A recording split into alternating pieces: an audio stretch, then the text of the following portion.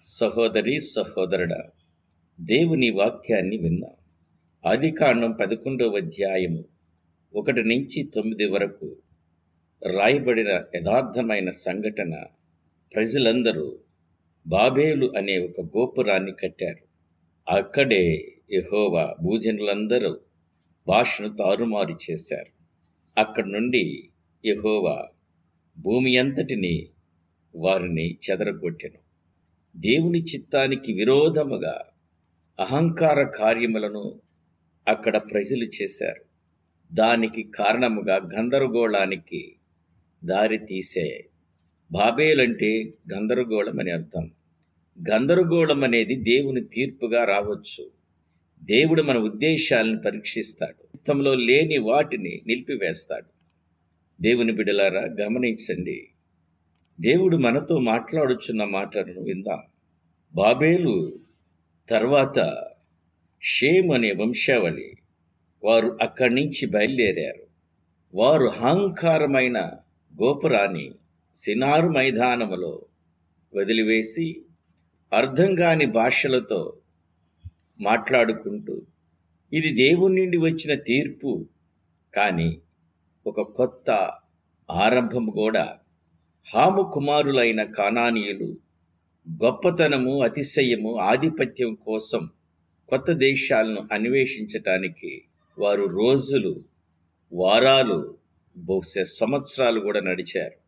క్రూరమైన ఎడారులు, కాలిపోయిన కొండలు, పేరు లేని లోయలను దాటారు.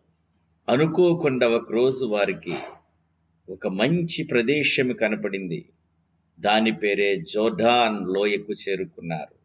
అక్కడ వారి కళ్ళ ముందే ఒక పరలోకముకు స్వర్గము కనిపించింది.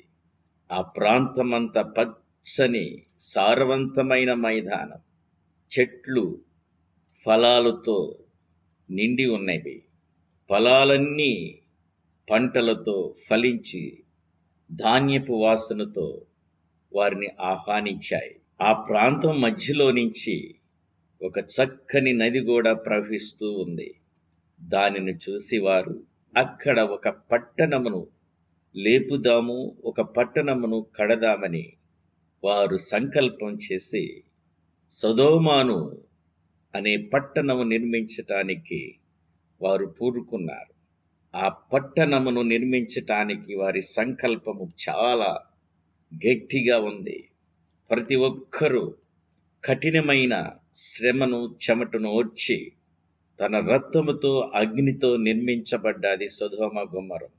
కానానీయులు ఎలా పనిచేశారంటే చాలా డెడికేషన్గా ఆ పట్టణం నిర్మించటానికి వారు పూనుకున్నారు. వారు రాతిని, కాంచె పనిముట్లను కూడా ఉపయోగించారు. నగరమంతా గొప్ప ఆకర్షణమైన వీధులను నిర్మించారు. శత్రువు అనేవాడు, కొత్తవాడు ఈ పట్టణంలోనికి రాకుండా అజేయమైన గోడలు నిర్మించారు. మందపాటి ఎత్తైన అజేయమైన గోడలు నిర్మించారు. వారు ఇంజనీరింగ్ ప్రావీణ్యతను సంపాదించారు. జోర్డాన్ జలాలను తమ పొలాలకు, తమ తోటలకు తీసుకువెళ్ళే పరిపూర్ణ కాలువలు కూడా నిర్మించారు. వారు వ్యవసాయము మరి భూమిపై కూడా ఆధిపత్యాన్ని చెలాయించారు.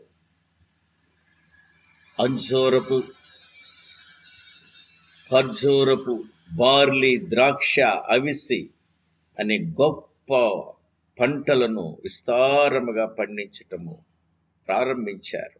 ఇవన్నీ తెలుసుకున్న ప్రక్క ప్రాంతాలలో ఉన్న, దేశాలలో ఉన్న ప్రజలు ఈ నగరానికి ఆకర్షితులయ్యారు. ఈ నగరమునకు ఈజిప్టు నుండి వ్యాపారాలు, అరేబియా నుండి అనేక మంది ప్రయాణికులందరూ ఈ ప్రాంతానికి వచ్చేవారు. సొదొమ గొమొర్రాలో ఇక్కడే రత్నాలు తయారు చేయటము, రత్నాల వ్యాపారం కూడా ప్రారంభించారు. సొదొమ ఇళ్ళు చాలా సౌందర్యమైనవి, సుందరమైనవి, పొడవైనవి. సొదొమ ఇళ్ళు చాలా పొడవైనవి, తెల్లటి రాతితో నిర్మించబడ్డవి, పాలరాతితో నిర్మించబడిన భవనాలు, విశాలమైన తలుపులు మరియు విశాలమైన డాబాలు. ఆ డాబాలను గాలికి ఊదా రంగు వస్త్రాలు బ్యానర్లాగా వేలాడుతూ ఉంటాయి. ఆ నగరమంతా ధూపవాసన, పరిమళ వాసన, తాజాగా కాల్చిన రొట్టెలు గాలిలో కలిసిపోయి పరిమళ సువాసనగా ఆ యొక్క పట్టణంలో నుంచి వస్తాయి. ఆ యొక్క పట్టణమంతా చాలా ఫౌంటైన్స్, చెక్కబడిన సుందరమైన భవనాలలో నుంచే కాలువలు, నీటి వనరులు, ఫౌంటైన్లు నీటితో అలంకరించబడతాయి.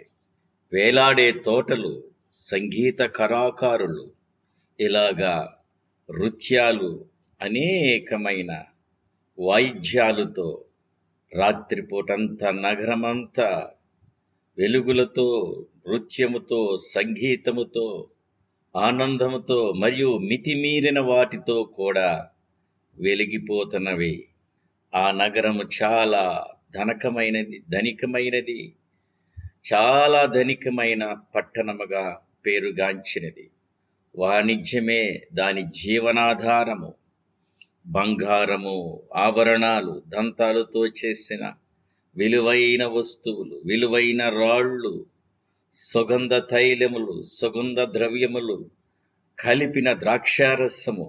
అంతేకాదు, అక్కడ బానిసలు కూడా ఉన్నారు. వర్తక సమూహాలు వచ్చాయి.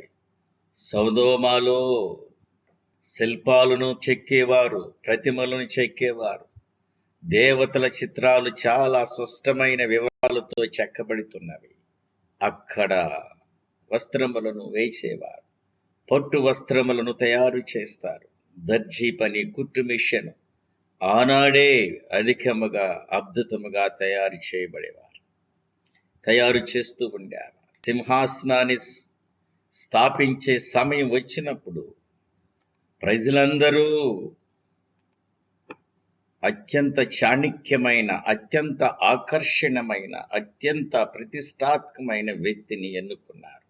బారా ఆయన పేరు. సొదొమ మొదటి రాజు. బారా చిన్నవాడే, మచ్చలేని ముఖము, ఆకర్షణీయమైన నాలుక కలిగి ఉన్నాడు.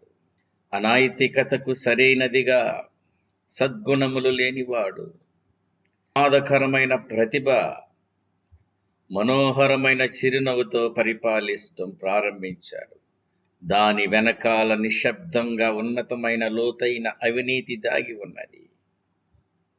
సొదొమ వైభవం యొక్క అత్యున్నత స్థాయికి చేరుకున్నది. దాని చీకటి క్షీణత యొక్క నీడలలోకి అది దిగజారిపోతుంది. భయంకరమైన చీకటి క్రియలు అక్కడ జరుగుతున్నవి. మరోవైపు జోర్డాను యొక్క సారవంతమైన భూములలో శక్తియు మరియు బంగారము నగరముగా సొదొమ ఎదిగింది. అదే సమయములో గొమొర్రా దానికి అక్క, నీడలో మరింత దక్షిణముగా నిర్మించబడినది. గొమొర్రా దాని యొక్క అక్క, కాని భిన్నమైన హృదయముతో మరింత సూక్ష్మగా, మరింత అలంకరించబడినది. కళ, ఆనందముతో మరింత మత్తులో ఉంది. సొదొమ గొమొర్రాములు రత్నాలతో చెక్కబడినది. గొమొర్రా అనేది అజేయమైనది, అందము కలిగిన విషపూరితమైన పుష్పము.